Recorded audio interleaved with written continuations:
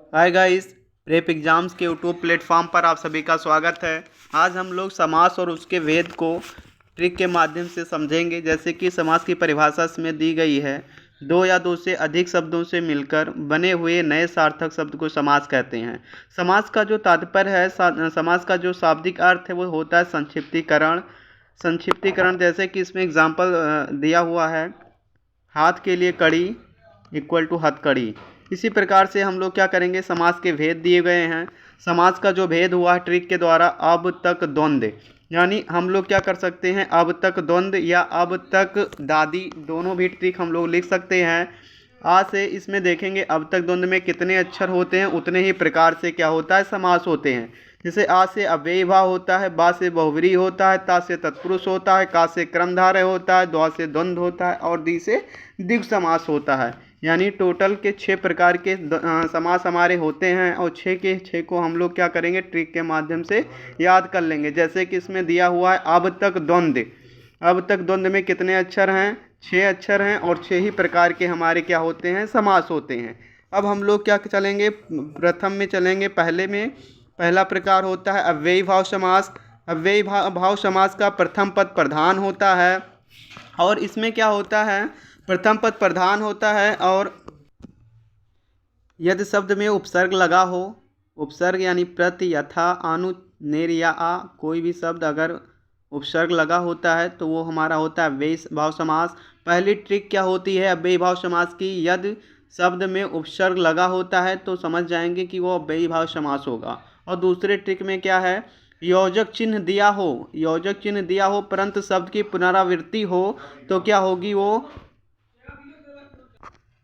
Second trick में क्या है, योजक चिन्ह दिया हो परंतु उसी शब्द की पुनरावृत्ति हो। जैसे रातों रात, योजक चिन्ह क्या है, बीच में दिया हुआ लेकिन क्या है, एक ही शब्द की पुनरावृत्ति होती है। जैसे सेकंड में घर घर, धीरे धीरे, यानी इस प्रकार से अगर शब्द आ जाएं तो हम लोग क्या कहेंगे, उसको भी अव्ययी भाव समास कहेंगे। नीचे हम लोग सेकंड टाइप में देखेंगे, द्वंद्व समास में भी क्या होता है, योजक चिन्ह का लोप होता है लेकिन उसमें क्या होते हैं, दोनों के दोनों शब्द अलग अलग होते हैं। लेकिन अगर एक ही प्रकार के शब्द हमारे आ जाएं, एक ही शब्द की बार बार मतलब पुनरावृत्ति हो तो हम समझ जाएंगे कि वो क्या होता है, अव्ययी भाव समास होता है। दूसरा है द्वंद्व समास। इस समास में दोनों पद प्रधान होते हैं। अभी हम लोगों ने क्या देखा, पहला देखा अव्ययी भाव समास। अव्ययी भाव समास में क्या दिया हुआ था, प्रथम पद प्रधान होता है। लेकिन द्वंद्व समास में दोनों पद प्रधान होता है और दोनों पद के बीच में एक योजक चिन्ह होता है। जैसे कि इसमें उदाहरण में दिया हुआ है, माता और पिता के बीच में एक योजक चिन्ह है तो उसे क्या कहेंगे, माता और पिता। जैसे भाई बहन के बीच में योजक चिन्ह है और लिखा हुआ है भाई और बहन। योजक चिन्ह दिया होता है परंतु शब्द की पुनरावृत्ति नहीं होती है, यानी वही शब्द नहीं आता। अगर पुनरावृत्ति हो जाती है तो अव्ययी भाव समास, ऊपर हम लोगों ने पढ़ा है, अव्ययी भाव समास हो जाता है। लेकिन अगर योजक चिन्ह दिया हो, किसी शब्द की पुनरावृत्ति ना हो उसी शब्द की, तो वो होता है हमारा द्वंद्व समास। द्वंद्व समास को हम लोग पहचानेंगे, अगर कहीं योजक चिन्ह दिया होगा तो वो हमारा क्या होगा, द्वंद्व समास। अब हम लोग तीसरे टाइप पे चलेंगे। तीसरा प्रकार होता है द्विगु समास।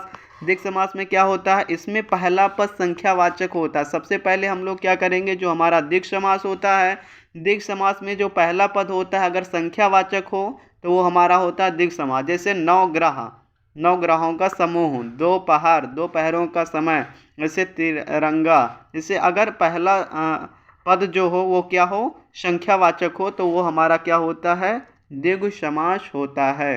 अब हम लोग चलेंगे चौथे प्रकार पे। चौथा हमारा है क्रमधारय समास।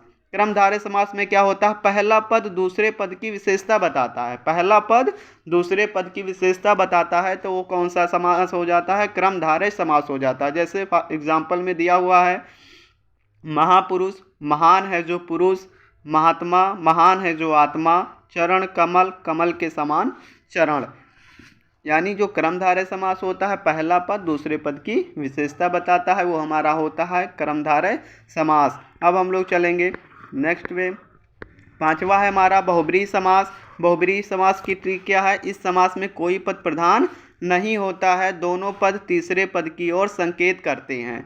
जैसे कि इसमें कोई पद प्रधान नहीं होता है और दोनों तीसरे पद की ओर संकेत करते हैं। जैसे उदाहरण में दिया हुआ है दशानन, दस है मुख जिसका रावण, पीताम्बर पीला है वस्त्र जिसका श्री कृष्ण। इसमें बहुब्रीहि समास में क्या होता है, कोई भी पद प्रधान नहीं होता और दोनों पद जो प्रधान नहीं होते हैं वो किसी तीसरे पद की ओर संकेत करते हैं। उस प्रकार के समास को हम लोग बहुब्रीहि समास कहेंगे।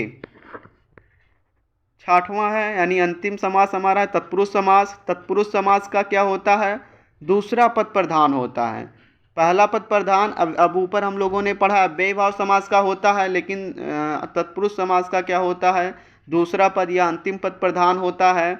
और इसमें कारक चिन्हों का दूसरी टिक है, इसमें कारक चिन्हों का लोप होता है। यानी जैसे कारक चिन्ह क्या होते हैं, कारक चिन्ह जो होते हैं 8 प्रकार के होते हैं, हिंदी में कारक 8 प्रकार के होते हैं, जैसे कर्ता ने कर्म को इस टाइप से। जो राजकुमार जैसे उदाहरण में दिया गया है, राजकुमार यानी राजा का कुमार, मन चाहा, मन का चाहा, मन से चाहा, और आप बीती, आप पर बीती। तो इसमें देखो बीच में का है, से है, पर है, इस टाइप से क्या है, बीच में कारक चिन्हों का लोप होता है। तो इसमें तत्पुरुष समास होगा हमारा। आशा करते हैं आपको ये वीडियो समझ में आया होगा। Thanks for watching.